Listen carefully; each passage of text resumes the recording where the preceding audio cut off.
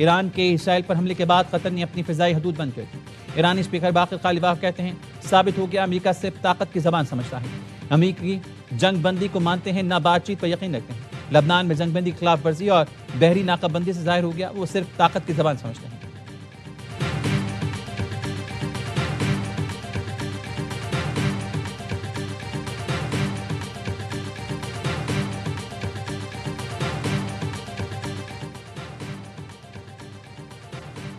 ہم نے خبردار کیا تھا بیروت کے مضافات پر حملے نہ کریں.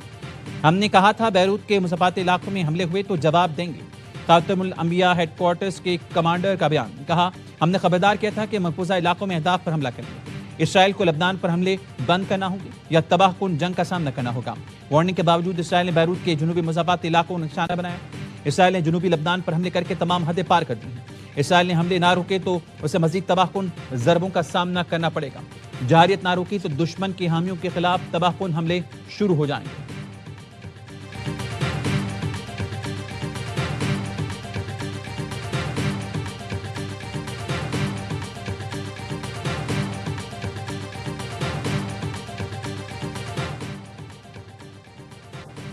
ایران سے کہتا ہوں میزائل داغتی ہیں، یہ کافی ہے. صدر ٹرمپ کی امریکی چیف سیکرٹری کا ایران کو مشورہ ہے مذاکرات کی طرف واپس آئے. ایران مذاکرات کے ٹیبل پر واپس آ کر ڈیل کرے. میں کہنے جا رہا تھا معاہدے پر پیر منگل یا بدھ کو دستخط ہوں گے. میں معاہدے پر دستخط کا کہنے جا رہا تھا اور اب ایسا ہوا ہے. اسرائیل کے لبنانی علاقے داہیہ پر حملوں سے خوش نہیں تھا. اسرائیل نے بیروت پر بمباری سے پہلے نہیں بتایا تھا. حملے معاہدے کو کامیاب بنانے میں مدد نہیں دیں گے. ایکسیوس سے گفتگو میں صدر ٹرمپ نے کہا نتنیاہو سے فون پر بات کروں گا. نتنیاہو کو کہوں گا کہ ایرانی حملوں کا جواب نہ دیں.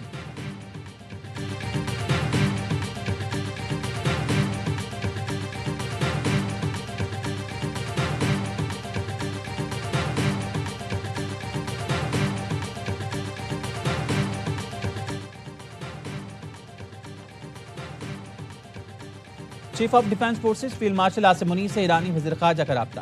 ایرانی میڈیا کے مطابق فیلڈ مارشل سے ایرانی وزیر خارجہ عباس اراغچی نے تازہ صورتحال پر گفتگو کی. ایرانی وزیر خارجہ عباس اراغچی نے ترک ہم منصب خقان فیدان اور برطانیہ کے وزیر خارجہ سے بھی رابطہ کیا اور خطے کی تازہ ترین صورتحال پر تبادلہ خیال کیا. شمالی وزیرستان کے علاقے میران شاہ میں سیکیورٹی فورسز کا انٹیلیجنس بیس آپریشن. 72 گھنٹوں کے دوران فتنہ خارج کے 27 دہشت گرد مارے گئے. سیکیورٹی فورسز نے خارج کے متعدد ٹھکانوں کو نشانہ بنایا. آئی ایس پی آئی نے بتایا ہلاک دہشت گرد بھارت کے اسپانسرڈ نیٹ ورک کا حصہ تھے. ہلاک خارج دہشت گرد سرگرمیوں اور شہریوں کی ٹارگٹ کلنگ میں ملوث تھے. میران شاہ میں شہید ملک سیف اللہ دراوڑ کے قاتلوں کو انجام تک پہنچا دیا گیا. غیر ملکی اسپانسرڈ دہشت گردی خاتمے تک کارروائیاں جاری رہیں.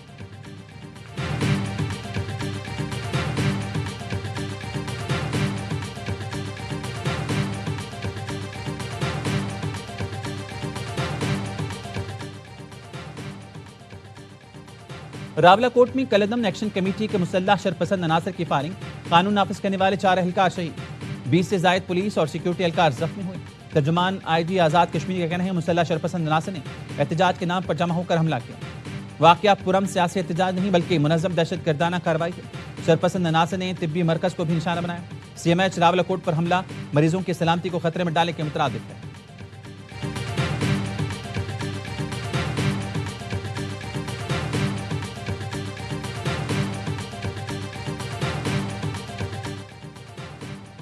بلاول بھٹو آزاد کشمیر کی صورتحال پر آج وزیراعظم شہباز شریف سے ملیں گے. کہتے ہیں آزاد کشمیر کے مسائل کا حل بات چیت کے ذریعے اسمبلی سے نکالا جائے. بلاول بھٹو کی سربراہی میں پی پی آزاد جموں کشمیر کی پارلیمانی پارٹی کا اجلاس. موجودہ سیاسی صورتحال پر مشاورت. پی پی چیئرمین کا آزاد جموں کشمیر کی صورتحال پر تشویش کا اظہار. ذرائع کے کہنا ہے پارلیمانی پارٹی میں مہاجرین کی نشستوں پر اختلاف. گزشتہ اجلاس میں متعدد اراکین نے پارٹی سے واضح موقف اختیار کرنے کا مطالبہ کیا.